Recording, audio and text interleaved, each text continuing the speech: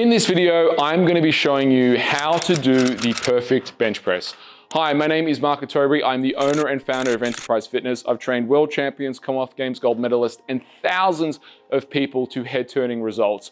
Before we get into today's video, 90% of you haven't subscribed to my channel. So if you enjoy this video, you want more great tips, click subscribe. It's completely free and you're guaranteed not to miss a thing. In this video on barbell bench press, I'm going to be going over position and setup, bar path, and breathing techniques. So Kay, what I want you to do is let's see how you do you. Let's see how you do the bench press. And I'm going to start talking through to see and just show you some of the common mistakes that people make, how we can enhance it, and how we want to think about the bench press. His setup is pretty good, and obviously that's what we expect. He is a trainer. Go on, let's have a look at how you press. His setup's not bad. So I'm going to talk about the things that he does really well. So what he's doing really well, he's got a nice arc. Now, people often question about, is this arc healthy or is this arc okay? Absolutely it is. It is something that we want to promote and it's something that we want to do. In fact, let's get Kay to just flatten out his back for a second. Now, if you can see this, cameraman, as he flattened out, what happened was his shoulders protracted in. As the shoulders protracted in, go to a bench press for us. You can see here, if he flattens out, now the front delt is working. We don't want that on a bench press because that's instability. That's the front delt working. Go, just do a couple of presses so we can show the folks at home. So here you can see that. So this arc is coupled with external rotation. So what he's going to do here is press up again, right? He's getting into thoracic extension in this position. So if I push down, one of the cues that I like, one of my favorite cues on bench press, obviously if I'm working with a male client, if I'm working with a female client, it's a different cue. But as a male client, I put my hand here and I want him to press against my hand. That really promotes the thoracic extension, that T-spine extension. T-spine is coupled with depression of the lats, and that depression of the lats is coupled with the external rotation, which then creates a really nice stable position. So, Kay, try and push your chest up to the bar. If I'm working with a female client, that's the cue that I'll give, is push your chest up to the bar. And you can see here how much more stable his shoulders are in that position. And that's because we really are arcing. So when you see an arc on a bench press and you see elite powerlifters getting to this really high arc, it's because it's creating stability. Stability is key for every exercise, and obviously on a bench press, it's absolutely key in making sure our shoulders are stable. I'll get you to rack it. All right, now, for the newbies who might be watching this, we're gonna go over some even more finer points. I'm just gonna get you to sit up, right? Sit up for a second. Now, imagine you've never done bench press before. You're lying on the bench. Go ahead, lie on the bench. I just want to talk people through some things if they've never done bench press before. Your feet should always be considered. Now, foot position, if you look at an elite bench presser, they may have their feet all the way, I'll show you on this angle, all the way behind their body, right? And that position is because they have the ability and mobility and strength through the lower back. Now, that's a position that you have to earn. It's not somewhere where people are going to start off from the beginning. So for most folks, a position of putting their feet, just their heel slightly under their foot. Now, one of the cues that I like to use is getting people to really push their heels down into the floor. Now, as we do that, you saw what happened immediately. That action is coupled with that T extension. So you can see how this is a transference of force through the hip. Now he's lifting up his chest. Now, let's talk about grip position, because there are a lot of elite power lifters online who will talk about go very, very wide. As they go very, very wide on a bench press, and they talk about this being the ideal way for bench press. Now I'm gonna say this is not the ideal way for bench press. It may be the ideal way for some elite bench presses to go super wide. Just do a couple of reps on the super wide.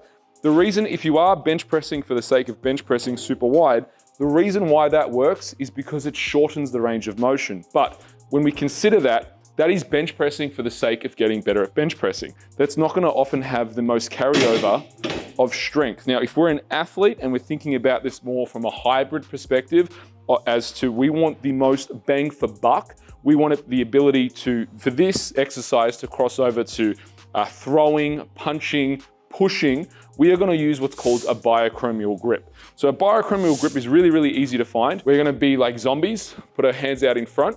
We're going to grab the bar. So I'm going to get you to do that, Kay. Hands out in front. That's where your hands are. Now that's a biochromial grip, right? So this is really nice. Some people look at this as a close grip bench press, but this will have a significant carryover to athletics. When I say athletics, general performance, general doing things that require throwing, jumping, sprinting, that you have a dynamic in nature, not just bench pressing. So for a lot of newbie clients, this is where I like to start, that biochromial grip. So Kay, do a couple of reps for me here. Yes, it is gonna be a little bit more enhanced in the tricep, but the setup is gonna be absolutely the same, right? So you can see how he's pushing himself up to the bar. Now, another thing with what you see here, Kay actually has very long arms. So you can see the range of motion as he does this, bring down, it's actually longer. So folks who have shorter arms are always gonna be stronger on the bench press because there's less range of motion, but this also means that Kay is gonna develop strength very, very well through a full range of motion here. So Kay's starting to lose it on the chest a little bit, so I'm just gonna cue you. Perfect, perfect. And push those heels down, push those heels down. And that's another thing that you just saw. During the exercise, you shouldn't be moving your feet in different positions. Your feet should be planted the whole time. In fact, you're pressing your heels down. And the only difference between your warm-up weight and the working weight is the speed of the bar. So come in. So that means if I put Kay up to his max weight, it would look exactly the same as his warm-up. The only difference is there'd be a bit of grind at the top. It'd be a little bit slower. And that's another thing, as people struggle on the bench press, right? I need you to do this again. So I just want you to pretend you're going on this and struggling, okay? So you come down, and what a lot of people do is they hit a resistance, they struggle, and then just protract for me. They do this, right? They push their shoulders forward and they change their technique. It is the worst thing you could possibly do on the bench press, right? So instead, when you're doing this, actually stay in position, right? Let's just pretend that it's got his max weight on there. I know for Kay, it'd probably be at 160 kilos.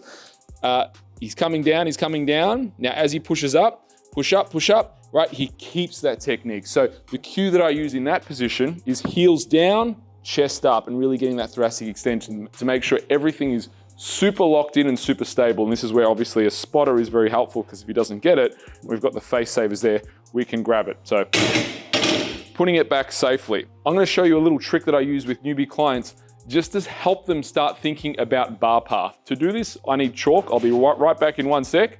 What we can do to help clients, I'm just gonna put a little bit of weight on this for Kay, just a little bit, so there's a little bit of feedback. Hop up for 1 sec, just hop up. Now, what I'm gonna do is I'm gonna chalk this bar, right? So I'm chalking the mid of the bar, because what we're gonna do here is we're gonna look at Kay's bar path, right? He's gonna do 5 reps for me. Now, if he bench presses well and has accuracy and precision in his lift, and that's the thing you got to think about bench press, right? A deadlift doesn't require as much accuracy. Yes, you need to be in the right position, but you can have a bit of grunt. Like a sumo deadlift, different story. You do need to have a high amount of accuracy. But when we look at the arousal curve, when we're approaching a bench press, we don't want to be too hyped up, because there is a high degree of accuracy that we want to accomplish when we're doing a bench press. So what that means is that if I grab the bar and I bring it down really, really fast and chuck it up, where that bar path goes, if I miss my bar path, it's very unlikely I'm going to be getting it up at a max weight. The other thing we need to consider is if someone comes down on a bench press with speed, they're actually creating more velocity. So if I come down fast and I create velocity on the way down, I need more strength to overcome that velocity. This again is when you look at elite bench presses, they will bring the bar down very slow, very controlled, and then power it up. There shouldn't be any bouncing whatsoever on a bench press. It will make you weaker long term. So I'm gonna get Kay to do this. We're gonna do 5 reps, and we're gonna see, and we're gonna look at, so when we talk about bar path, we're gonna look at Kay's bar path, and we're gonna objectify it very well using this technique here. So to emphasize the bar path, to really make sure that we're accurate with Kay, I'm gonna talk about 3 major points. First, I want his heels nice and hard into the floor. I want his hips pushed into the bench, and I want his chest up nice and high to my hand. I'm just cueing him and putting a little bit of pressure on his chest so he gets that really high T extension. All right, now when you're ready, Kay, breathe through your nose, fill your body up with air. We'll talk about breath a bit later. Come up. Now bring that bar to your chest. Bring that bar to your chest. Good. And just bench the way you would bench. Bring that bar to your chest. Think of those 3 things we spoke about. Bar to your chest. 2. Power up. 3. Bar to your chest. 4. And 5. Okay, rack it.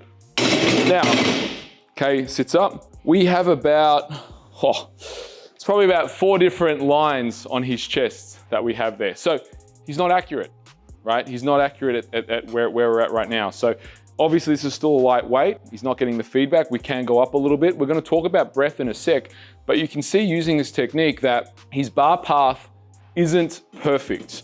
So when we are using heavier weights, this is again another consideration. We wanna get the bar path dialed in. We want it to look the same every single time. What I'm gonna do, I'm gonna get K to dust himself off, get rid of all that chalk. I am gonna put a little bit more weight on the bar for you because having a bit more feedback will help you get into a better position. Now, we're not going massively heavy, and this is still very far away from a working weight for K. K's a strong dude. People ask all the time about breathing on a bench press. And the answer is, how do you breathe? Actually, you wanna hold your breath on a bench press for multiple reasons, and I'll explain why, right? So if K, just get into position, this is light enough for you.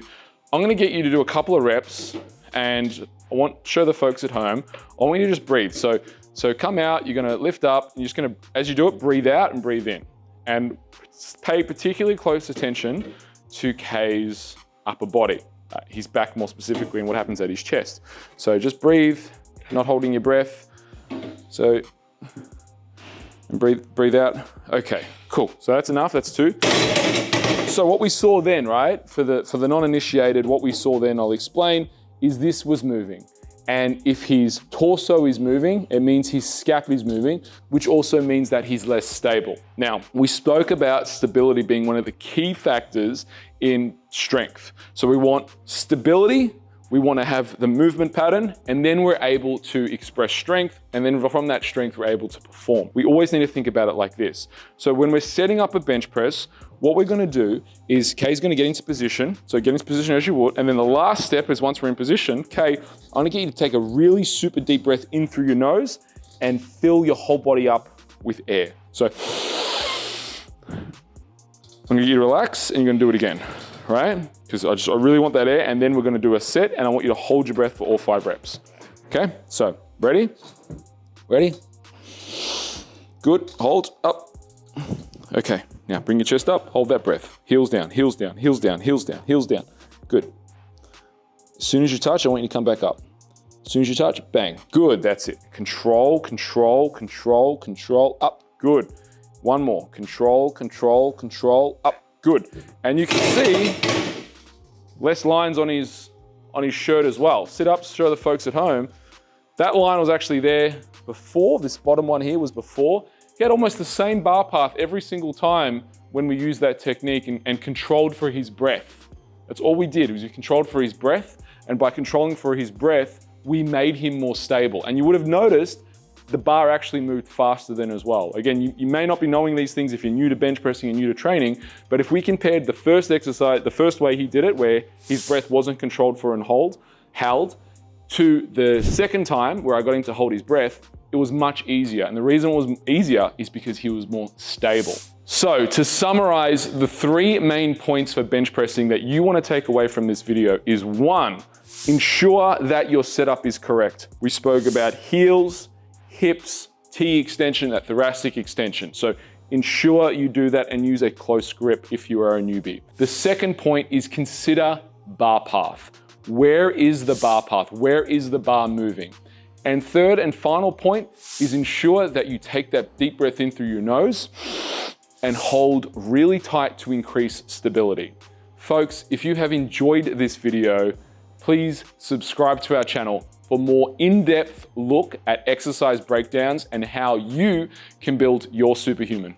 Train hard, eat well, and supplement smart.